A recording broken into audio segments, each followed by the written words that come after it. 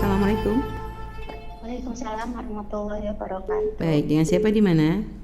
Dengan hamba Allah di Lumajang ini. Dengan hamba Allah di Lumajang. Baik, kita bersolat terlebih dahulu, Ibu. Allahumma sholli ala sayyidina Muhammad wa ala ali sayyidina Muhammad. Allahumma sholli wa sallim barik alaihi wa ala alihi washabihi. Baik, silakan langsung bertanya kepada Buya. Assalamualaikum Buya, izin bertanya. Sebenarnya saya ingin bertanya mulai bulan Ramadan, tapi ya qadarullah baru bisa masuk sekarang. Ini ada beberapa pertanyaan tentang kurban. Di tempat saya tinggal ini, alhamdulillah, kesadaran untuk berkurban tiap tahun itu, alhamdulillah sangat tinggi sekali, sampai dari satu desa itu dengan desa yang kecil bisa korban begitu banyak gitu Bu ya.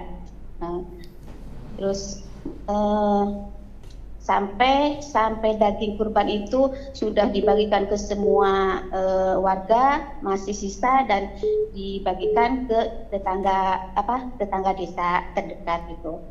Terus yang ingin saya tanyakan, kalau dengan keadaan seperti itu, mana yang lebih baik kita berkurban di lingkungan kita, di mana sudah begitu banyak yang berkurban, ataukah kita salurkan ke tempat yang lain, misalnya kita titipkan di sekolahan anak-anak, seperti itu. Terus untuk yang kedua, bagaimana hukumnya kalau kita mau menitipkan kurban itu di panti asuhan?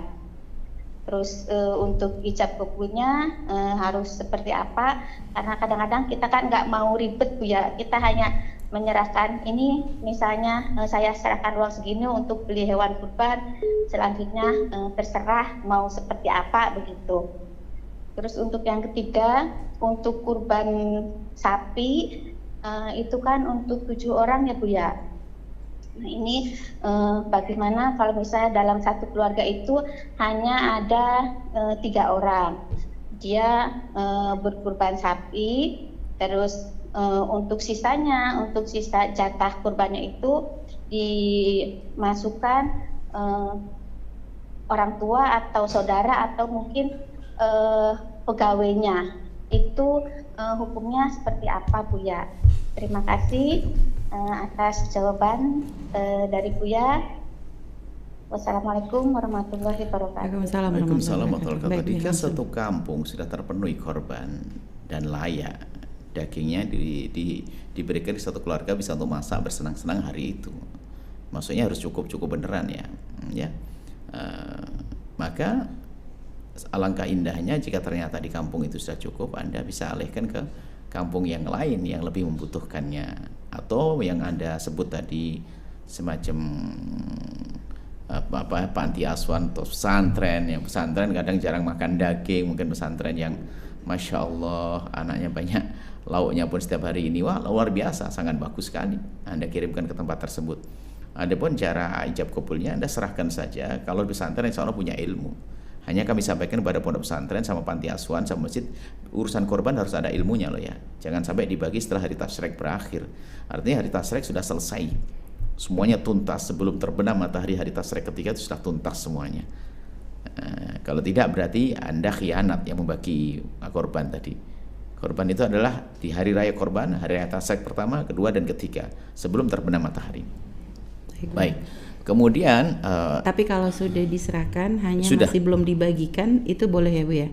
Artinya sudah ada serah terima bahwa ada daging sekian. Oh iya, misalnya masih disimpan Anda di kulkas, sebagai warga gitu, mendapatkan bagian korban, Anda simpan dan serah sampai kapan saja, kan sudah milik Anda. Yang nggak boleh adalah masih dalam tangan wakil yang akan membagi kok tidak dibagi. Bagi itu yang nggak boleh ya. Haram wakilnya melakukan kesalahan. Ada masalah sapi, dalam jumhur mengatakan bahwasanya sapi itu adalah bisa digunakan korban untuk 1 orang, 2 orang, 3 orang sampai 7 orang. Artinya gini loh ya, Anda 1 orang boleh korban sapi, tidak harus Anda nyari orang menggenapi sampai 7. Sabarnya 1. Jadi akan tapi sapi 1 maksimal untuk 7 orang sebagai sunnah ainiyah. Kalau sunnah kifayah diniatkan untuk sekeluarga juga sah-sah saja, keluarganya 15. namanya sunnah kifayah. Jadi kalau memang ada keluarga hanya 3 saja, ya kan, nyembelih 1 sapi selesai. Seandainya tidak harus Anda bawa nama si A, si B, si C. Kalau ternyata Anda ingin libatkan orang lain, sah saja. Biar niat, maksudnya berarti Anda beri 1/7 daripada sapi tersebut. Anda beri 1 lagi 1/7 dari sah-sah aja. Jadi boleh. Kalaupun Anda tidak berikan juga sah. Ya, pahalanya juga sama gedenya, kan? Karena apa? 1 sapi. Iya, Bu. Jadi jangan salah. 1 sapi adalah mini untuk 1 orang. 2, 3, 4, 5 sampai 7 orang. Berbeda dengan madhab lain seperti madhab Maliki itu 1 sapi itu untuk 1 orang, kan begitu ya. Tidak bisa sebagian mengatakan tidak boleh untuk 7. Bukan sebaliknya seperti yang pernah kita dengar itu adalah 1 kambing untuk keluarga, enggak. 1 kambing untuk 1 orang. Cuman maksudnya untuk keluarga adalah dalam arti sunnah kifayah. Jika sebuah keluarga menyembelih 1, maka gugur tuntutan sunnah bagi yang lainnya. Biarpun kalau melakukan tetap mendapatkan pahala. Ini kita bahas dalam 1 buku kecil kita tentang masalah kurban, insyaallah. Silahkan untuk melihatnya. Baik, yang tadi terus masalah yang menitipkan sapi ke panti asuhan misalnya, itu sah-sah saja. Boleh sah-sah saja, bagus.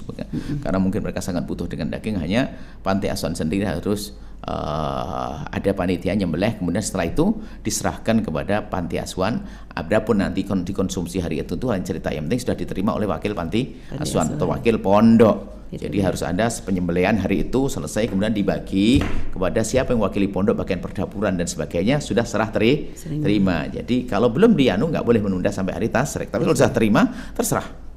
Baik, Bu, ya. Mau dirapikan penggunaan. Misal Bu ya, maksudnya 1 ekor sapi itu kan lumayan gede. Misalnya di panti asuhannya tuh ya nggak banyak orangnya, mungkin sekitar cuma 30, 50 gitu. Artinya dengan 1 ekor ini akan berlebih-lebih banget. Apakah nanti dari pihak panti asuhan wajib berbagi dengan yang di sekitar atau orang lain, atau yaudah deh ini nih untuk simpanan makanannya anak-anak panti asuhan, artinya bukan hanya untuk ketika lebaran tapi untuk bisa nanti ke depannya, kayak begitu, gimana Bu ya? Tidak wajib meratakan seluruh 1 kampung. Ya, Bu ya. Dan pembagian tidak harus, cara bagi itu memang setiap negeri beda-beda. Kalau di negeri Arab itu kita di sana, kalau orang bagi kambing itu adalah separuh, kita dapat 1/4. Karena biasa kalau bikin masak daging itu, cuman mungkin di Indonesia tuh karakter negeri kita itu karena seneng sama soto. Jadi pembagian daging kurban itu hanya 1/2 kilo, 1 kilo sudah dianggap cukup. Kan tapi jadi kalau seandainya lebih dari itu juga sah-sah saja. Bebas ya. Hanya memang diupayakan jangan sampai ada yang ngenes. Tapi kalau sudah mendapatkan semuanya, mungkin ini adalah karena pondok, yatim dan sebagainya, pondok agak dilebihkan, ya sah-sah aja. Apalagi diserahkan ke pondok, ya kan, untuk lingkungan pondok. Kalau seandainya pondok nggak cukup, ya nggak usah dibagi ke tempat lain. Karena mereka kan juga berhak makan. Ada fakirnya, ada ininya semuanya kan. Dan nggak apa-apa kan Bu ya, berpikir nanti untuk jatah mereka makan berikutnya, bukan hanya yang nggak boleh adalah niat untuk ini tabungan makan 1 tahun atau sebagainya. Ya wajar sajalah. Artinya wajar kalau seandainya begini loh ya, kalau seandainya 1 anak itu dapat jatah dikumpulin kan bisa diolah jadi berhari-hari kan. Tapi kalau dikumpulin semua anaknya sampai tetangga nggak dapat juga jadi nggak baik juga. Ya kan? Baik. Jadi yang wajar saja. Baik ya. Sahabat Al-Bahjah TV, setelah menyaksikan video ini, jangan lupa bersolawat kepada baginda Nabi Muhammad. Shollu ala Nabi Muhammad.